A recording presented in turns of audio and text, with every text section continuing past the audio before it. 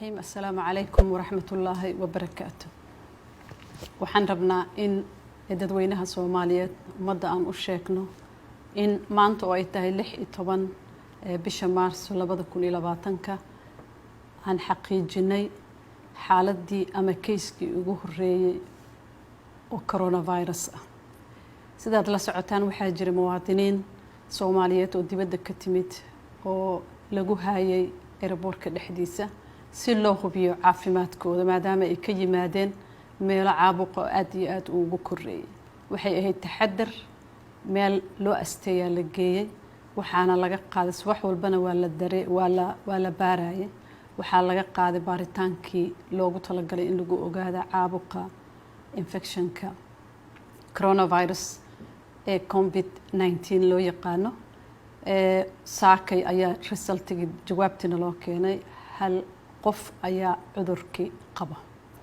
waxaan xaqiijinaynaa dadweynaha oo xaqiijinaynaa dadkaas karantiilka la geliyay uu ka mid yahay qofkan muwaadinka Soomaaliyeed waa muwaadiniin Soomaaliyeed inay dad aan wax calaamado ah symptomski cudurka leh aysan jirin oo qofna uusan qabin ay caafimaad qabeen ay haddana wada ladan yihiin laakiin in jirkiisa qofkan uu ku jiro. dadka meel ay ku karantiilan yihiin sidaad la socotaan usbuucyadii dambe oo dhan dawladda waxay wada dadaalo badan oo looga hortagayo cudurka inuu ka dilaaco wadanka haddii uu soo galo.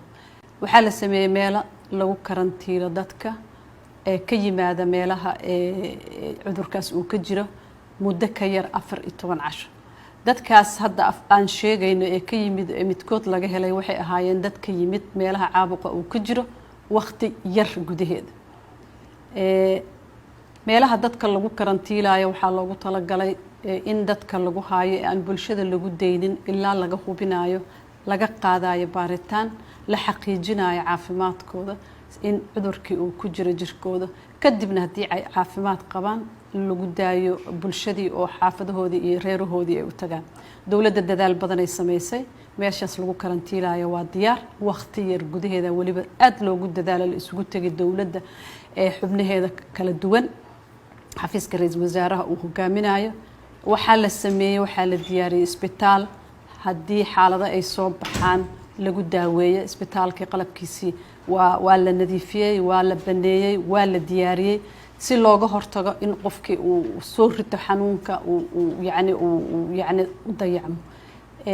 dadaal badan ayaa jira qalabkii qaar waa la dalbay qaar waa naloo keenay wax dhib oo hadda ka muuqda dadkaas iyo qofka cudurka viruska korkiisa laga helay ma jiraan.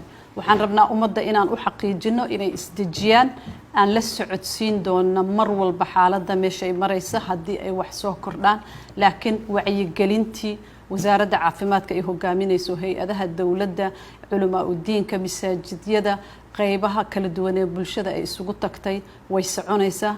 waxaan ka codsanaynaa ummadda inay dadaalaan inay taxadaraan ayagoo aanan argagax isgelinaynin ama dadka gelinaynin in ma aragtay wax kastoo lagu yareyn karo inuu cudurkaas fido in lagu yareeyo nadaafadda in lagu dadaalo in la iska ilaaliyo goobaha ay dadka ku badan yihiin in yani shirarka ay baaqdaan haddii laga maarmo intooda badan safarada la gaabiyo si alla si loogu hortagi karo cudurka inuu faafo.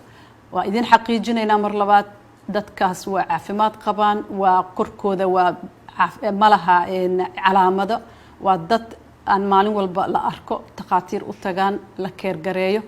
halkaas qofna waxaan ilaahay ka baryaynaa in insha Allah tacaala uusan ma arko u dhibtoonin oo ka bogsoodo laakiin waa xaqiijinaynaa dadku waa fiican yihiin meela lagu haayaa.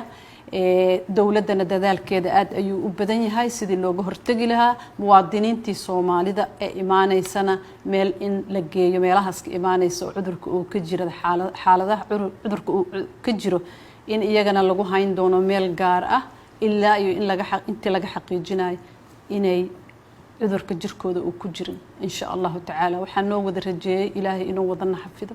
السلام عليكم.